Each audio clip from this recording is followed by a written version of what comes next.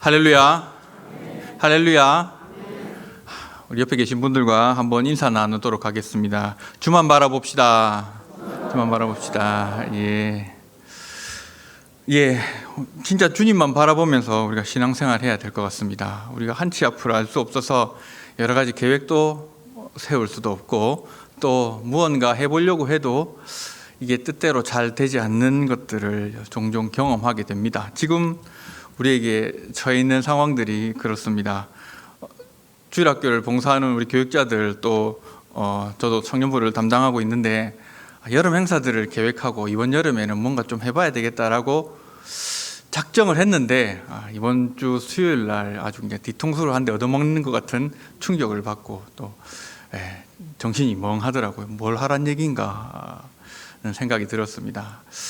그러던 중에 이제 기도하는 중에, 금요 겟세마네 때 이제 같이 기도하던 중에 하나님이 네가 하는 거 아니다, 내가 어떻게 할지 한번 두고 봐라 라는 음성을 주시는 것 같았습니다. 그래서 마음속에 좀 진정도 되고, 또 이후에 하나님이 하실 일들에 대한 기대와 소망을 또 갖게 되었습니다. 그 방법은 우리는 알 수는 없지만, 또 이 일 이후에 하나님께서 분명히 하나님의 일들을 이루실 줄로 믿습니다. 우리 옆에 계신 분들과 다시 한 번 더 주만 바라봅시다. 한번 인사합시다. 주만 바라보시면서 이 상황들을 헤쳐나가는 저와 여러분이 되었으면 좋겠습니다.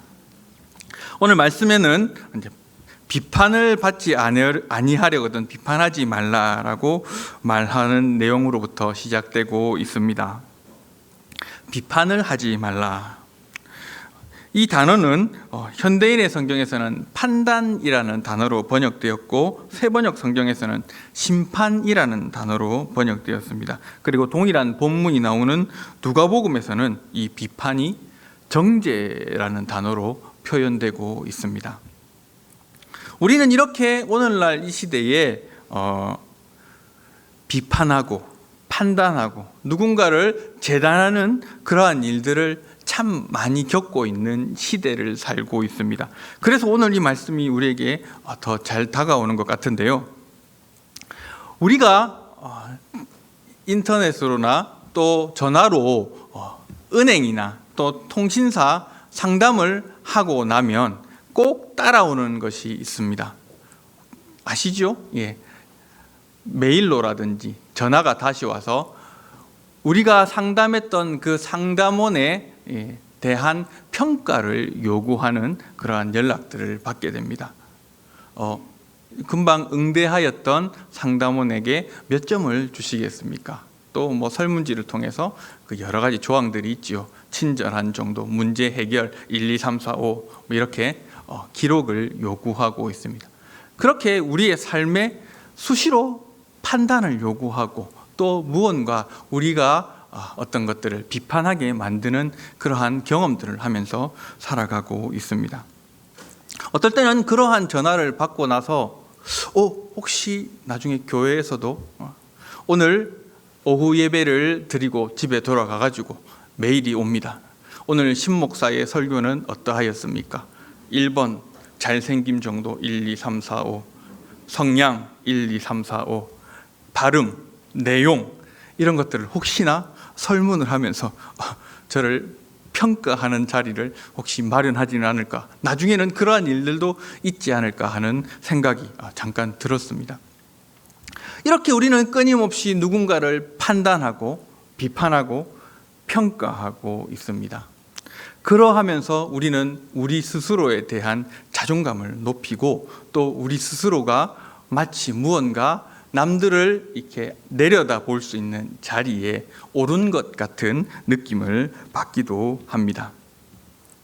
그런데 이 세상 사람들이 이렇게 남들을 비판하고 평가하고 판단하는 일들을 통해서 긍정적인 효과가 일어나는 것은 극히 드뭅니다. 우리가 판단하고 비판하고 다른 사람들을 재단하는 그 모든 일들을 통해서 누군가에는 상처가 되고, 또 누군가는 그것을 통해 자존감이 떨어지기도 하고 싸움이 일어나기도 하고 분란이 생기는 경우들을 많이 경험하게 됩니다. 오늘 이 말씀을 하고 있는 이 예수님은 이 바리새인들을 향해서 그렇게 이야기하였습니다. 끊임없이 자기의 의를 자랑했던 사람들입니다.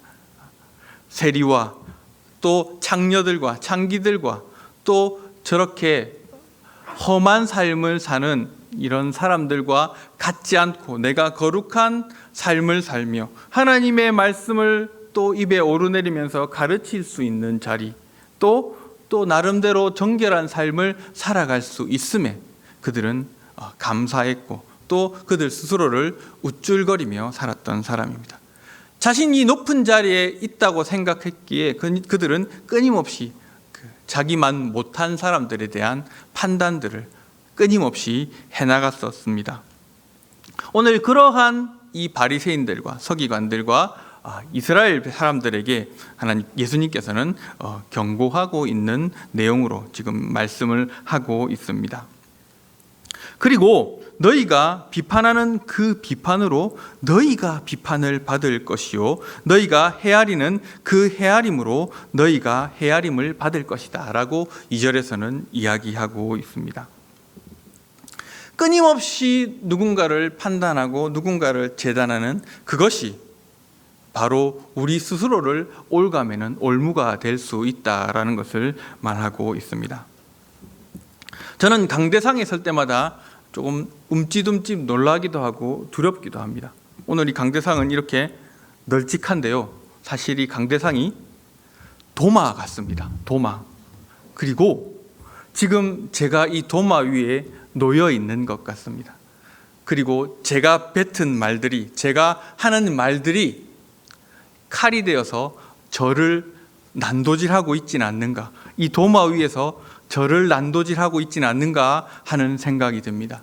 제가 여러분들에게 열심히 기도하십시오라고 말하면서 제가 기도하지 않는다면 그 말은 칼이 되어서 저를 먼저 재단하고 말 것입니다.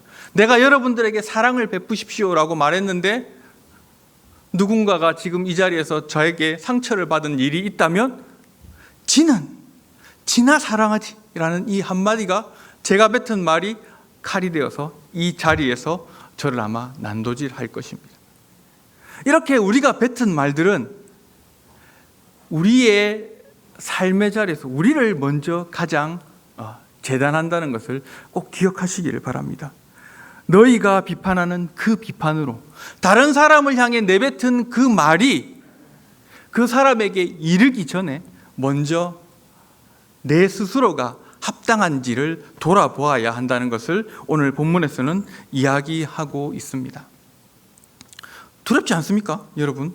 여러분들이 하는 말들이 여러분들을 먼저 판단하고 여러분들을 재단하고 사람들이 여러분들을 향해 공격하는 그 말들로 사용되고 있다고 생각하시면 우리가 쉽사리 다른 사람들에 대해서 함부로 이야기할 수 있겠습니까? 우리 스스로를 그렇게 돌아보아야 한다는 것입니다. 그리고 그 다른 사람들을 헤아리는 그 헤아림. 누구는 어떻더라? 누구 집 애는 어떻더라? 누구 집 남편은, 누구 집 마누라는, 이 다른 사람들을 재단하는 그 모든 말들이 바로 여러분들에게도 돌아갈 수 있다라고, 헤아림을 받을 것이다 라고 말하고 있습니다.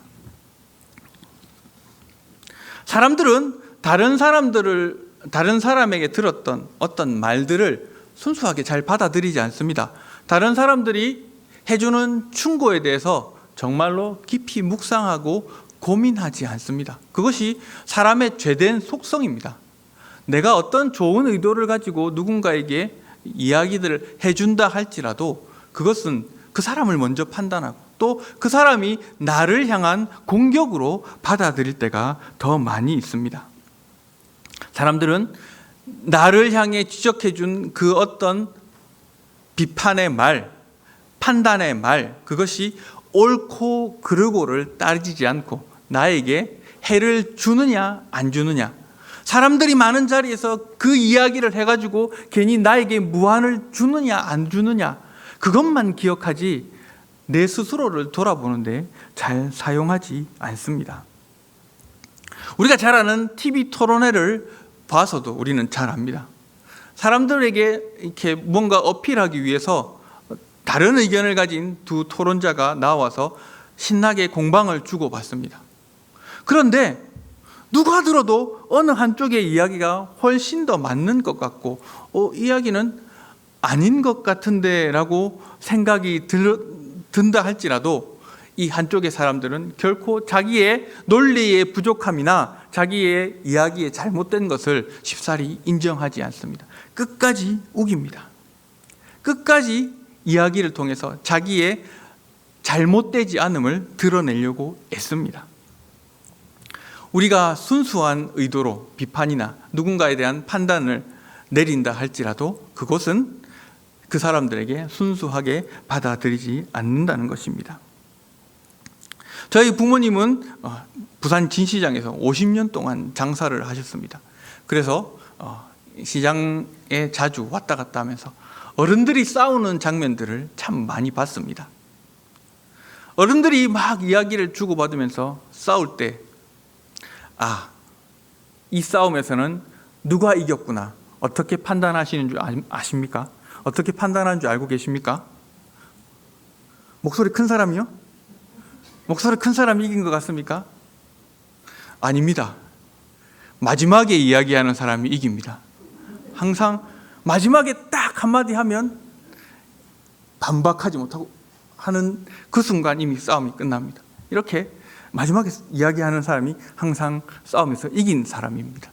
그런데 서로 막 싸움할 때 서로 마지막에 이야기하려고 공방이 주고받으면 끝이 나지 않습니다. 사람들이 막 겨우 뜯어 말려서도 마지막에 이야기를 끝내려고 소리 지르면서 헤어집니다. 이렇게 사람들에게는 죄악된 습성이 있어서 누군가의 충고를 쉽게 받아들이지 않고 끊임없이 자기의 옳음과 내가 잘못되지 않았다는 것을 드러내려고 애를 쓰고 만다는 것입니다.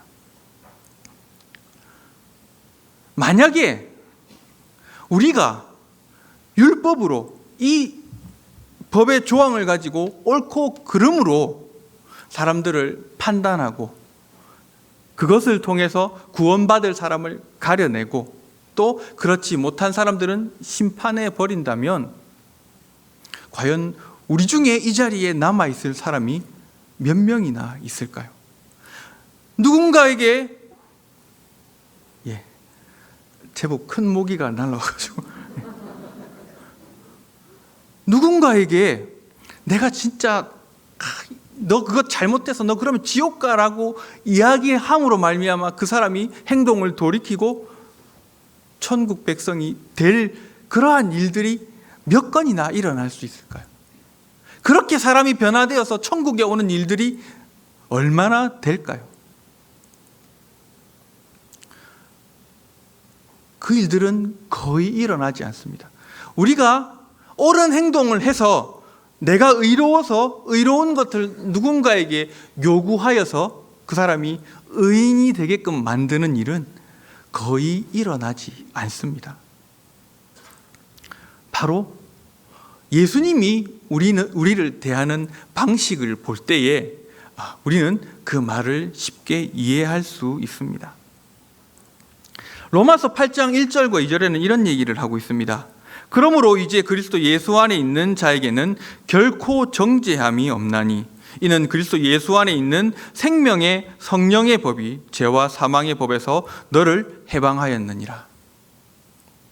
우리가 의인된 것이 무엇이라고요? 우리가 죄에서 해방된 것이 무엇이라고요? 우리가 옳고 누군가의 비판을 받아들이고 내가 바른 사람이 되었기 때문에 내가 의인이 되었다고 성경은 이야기하고 있습니까? 내가 율법을 잘 지켰기 때문에 내가 바른 사람이기 때문에 우리에게 구원이 주어졌다고 이야기하고 있습니까? 그렇지 않습니다. 방금 읽은 대로 예수 안에 있는 자에게는 결코 정죄함이 없나니. 죄가 있고 없고의 문제는 네가 맞고 틀리고의 문제가 아니라 예수 안에 있고 없고의 문제라는 것을 오늘 성경은 이야기하고 있습니다. 예수 안에 있는 자에게는 결코 정죄함이 없나니, 결코 비판할 수도 없고 판단할 수도 없고 우리가 재단해서도 안 된다라고 이야기하고 있습니다. 그리스도 예수 안에 있는 생명의 성령의 법이 율법의 조항을 지켜가며 이것을 했느냐 안 했느냐, 예배 드렸느냐 안 드렸느냐, 헌금했느냐 안 했느냐, 기도했느냐 안 했느냐, 성경 일독했느냐 안 했느냐, 이러한 유무를 가지고 죄인과 의인을 구분하는 것이 아니라 예수 안에 있는 생명의 성령의 법이 우리의 죄와 사망을 이기고 우리를 해방시켰다라고 성경은 이야기하고 있습니다. 예수님이 우리를 대하는 방식입니다. 예수님이 우리를 판단하는 방식입니다. 율법의 조항을 들이밀면서 옳고 그르냐라고 가리지 않고 네가 내 안에 있느냐 없느냐, 네가 내 뜻대로 거하는 사람이냐 아니냐, 그것을 가지고 예수님이 우리를 판단하고 계시다는 것입니다. 그로 말미암아 우리가 의인의 자리에 들었습니다. 우리가 의로운 사람이 되었습니다. 예수님과의 혈연 관계를 통해서 예수님의 피로 말미암아 하나님의 자녀됨을 확인함으로 우리는 의로운 사람이 되었습니다. 우리가 그로 말미암아 하나님의 백성이 된 것입니다. 우리도 다른 사람을 바라보는 관점이 이러야 합니다. 누군가가 옳고 그르냐를 따져서 사람들을 대하는 것이 아니라, 그들을 판단하고 가르치는 것이 아니라, 네가 하나님의 자녀이기 때문에, 네가 우리 같은 교회에 속한 형제이기 때문에, 자녀이기 때문에, 같은 성도이기 때문에 우리는 하나다, 우리는 함께 할 수 있는 사람이다 라고 이어질 수 있어야 합니다.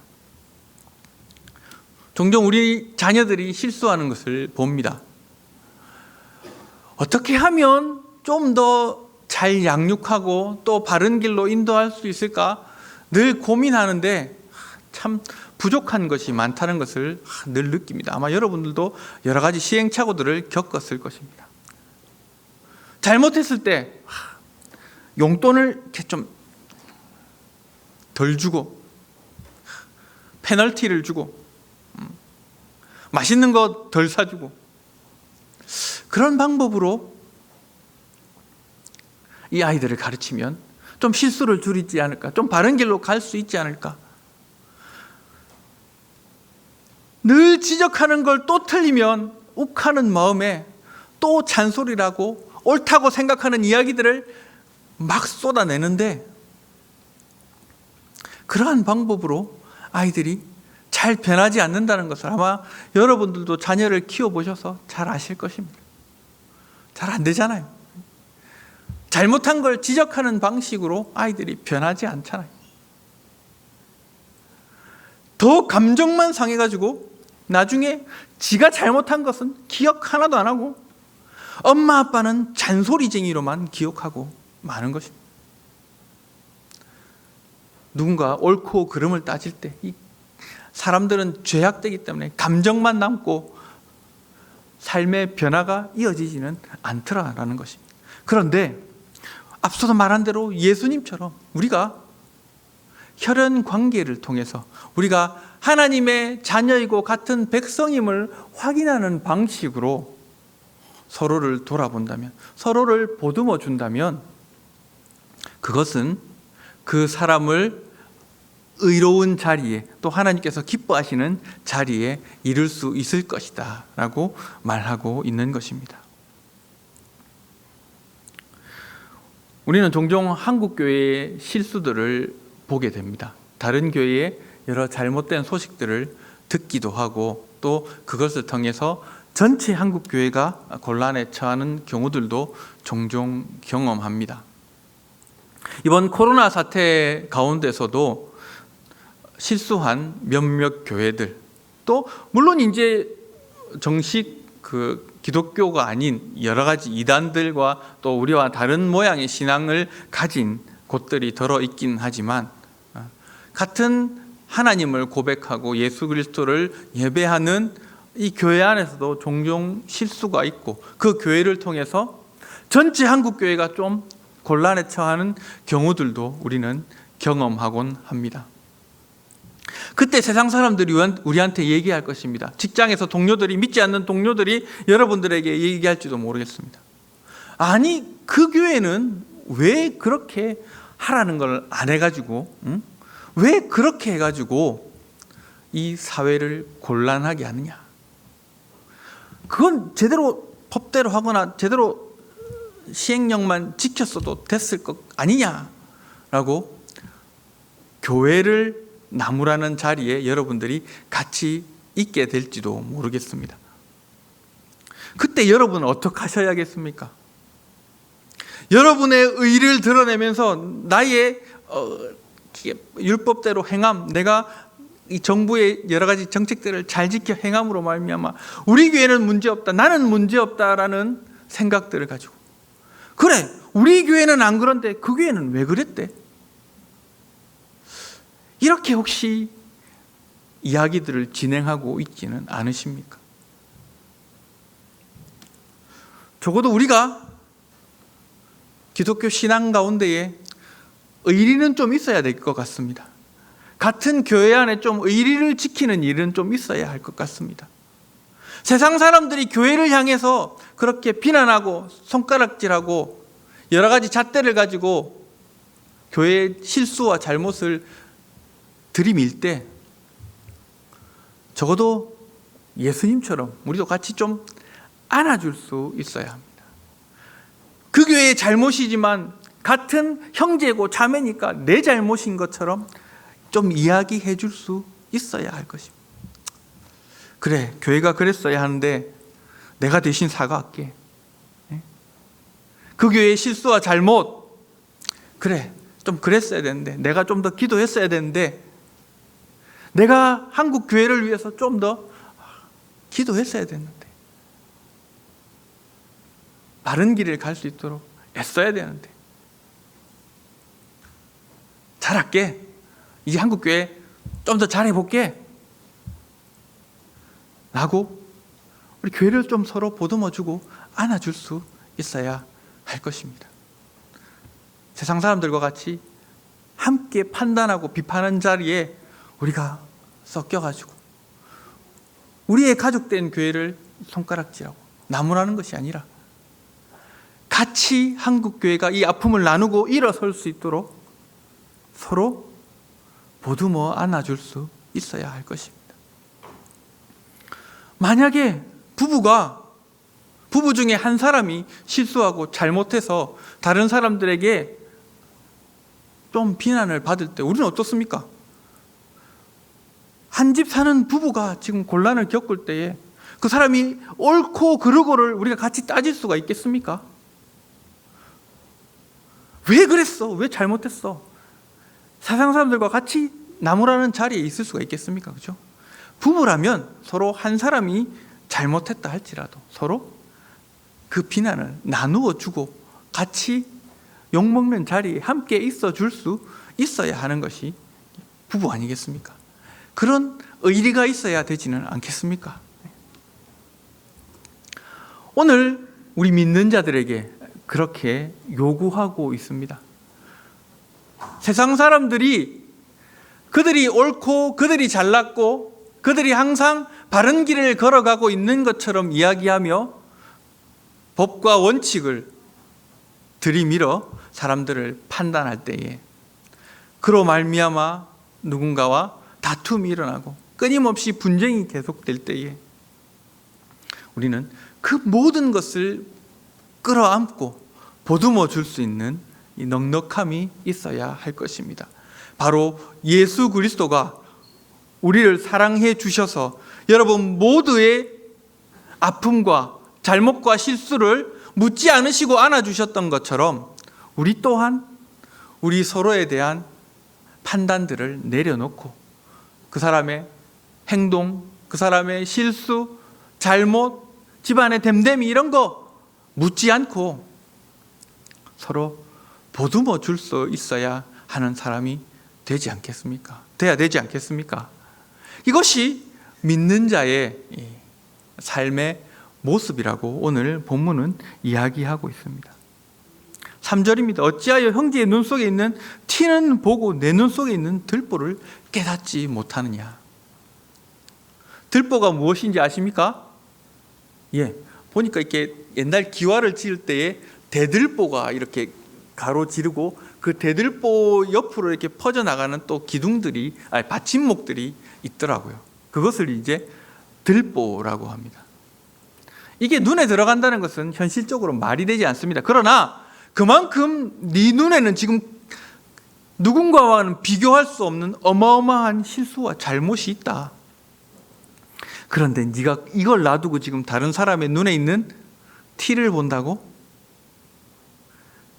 들보와 티는 상대가 되지 않습니다. 나무를 자를 때 조그만 티끌 하나가 떨어지는 것과 마찬가지입니다. 우리의 의를 드러내기 위해서 끊임없이 다른 누군가의 잘못을 막 눈에 불을 켜고 찾아냅니다. 그러나 지금 나에게는 그것과는 비교할 수도 없는 더 큰 실수가 있는데도 말입니다.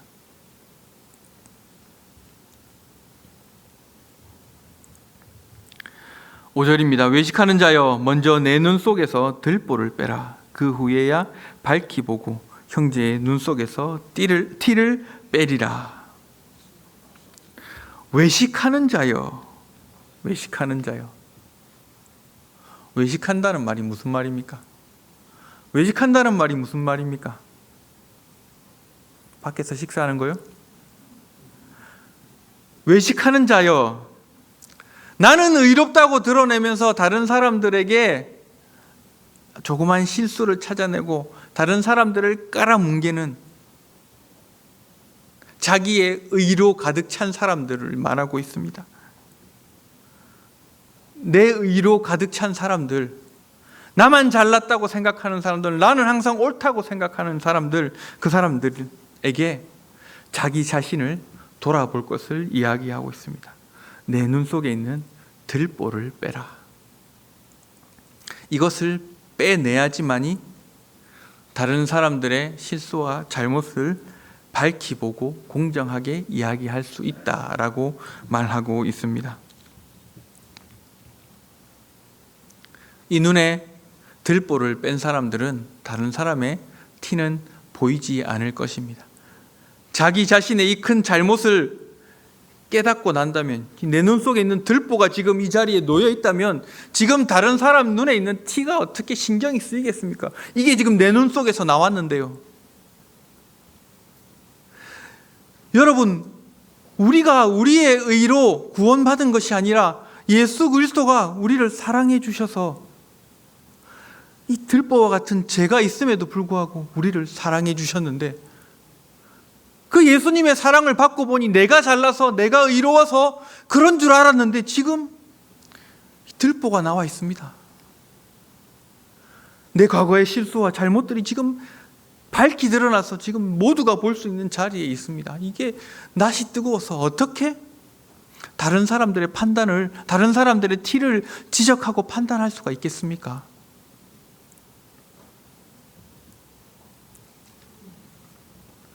우리 스스로의 모습들을 돌아보시기를 바랍니다. 교회가 세상 가운데 사람들이 얘기할 때 제일 말이 많은 곳이라고 합니다. 제일 시끄러운 곳이다라고 이야기합니다. 교회에서 오고 가는 이야기들 때문에 상처가 되어서 더 이상 교회 안 갈란다 라고 이야기하는 사람들이 많이 있습니다. 우리 교회는 어떻습니까? 행여 내가 뱉은 말 한마디 때문에, 내가 실수한 그 행동 하나 때문에 상처받은 사람들이 있습니까? 내가 예수님의 마음으로 보듬어 안아줘야 되는데 그러하지 못하고, 나는 옳다고 생각하고 한 말인데 나는 이 사람의 실수를 지적하면서 그렇게 하지 말아라고 의도하고 이야기한 것인데 그것 때문에 행여 마음 상한 사람들은 없는지 돌아봐야 할 것입니다.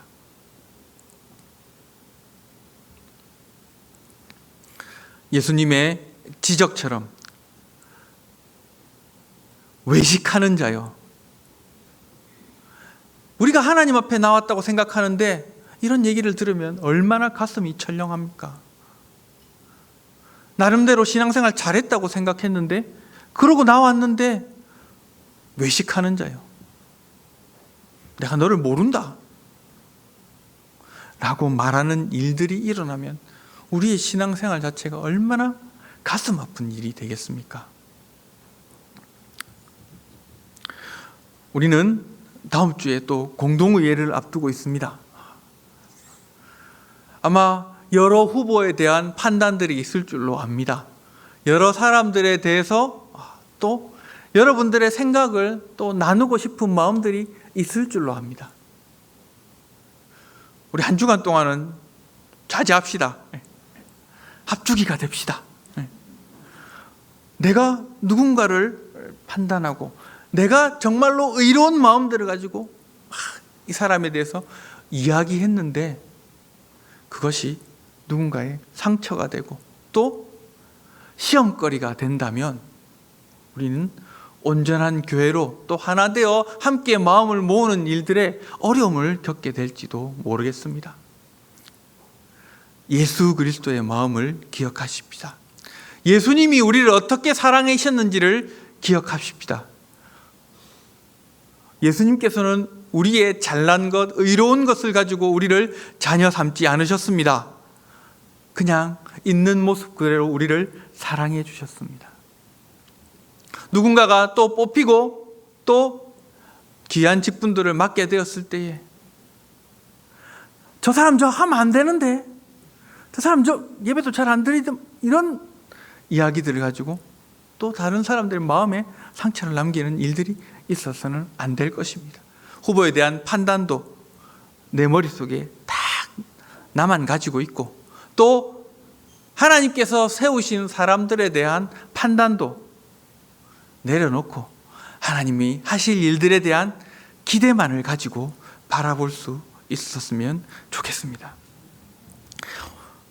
말씀을 정리합니다. 오늘 예수님께서는 외식하는 자기의 의로 가득 찬 바리새인들과 서기관들에게 다른 사람들에 대한 판단을 하지 마라, 다른 사람들을 심판하지 마라 라고 이야기하고 있습니다. 그것은 죄악된 인간들이 스스로 의를 드러내는 방식이고 또 그것을 통해서 사람들이 변화되지 않는다는 것을 예수님께서는 이야기하셨습니다. 무엇보다도 중요한 것은 예수님이 우리를 대하는 방식은 이러한 율법에 대한 심판을 통해서 우리를 가려낸 것이 아니라 우리 모두를 있는 모습 그대로 보듬어 안으셨다는 것입니다. 우리도 이러한 예수님의 사랑을 가지고 하나 되는 교회가 되어야 할 것입니다. 다른 사람들을 바라보는 기준이 되어야 할 것입니다. 하나님께서 하실 일들에 대한 기대를 가지고 사람들을 대해야 할 것입니다. 그리고 저 사람 또한 예수님께서 사랑하신 사람이라는 것을 기억하셔야 할 것입니다. 이러한 예수님의 마음을 가지고 다른 사람들을 대한다면 인간적인 판단과 비판을 할 수가 없다는 것을 꼭 기억하셔야 할 것입니다. 내 눈에 들보가 빠진 것을 본다면 결코 다른 사람들의 눈에 있는 티를 지적할 수가 없습니다. 여러분 눈 안에 있는 들보를 빼내고 그 들보의 중함을 스스로 깨달으시고 이것이 내 눈에서 나온 것이라는 것을 생각하시면서 다른 사람들의 티를 지적하지 않는 저와 여러분이 되어야 할 것입니다.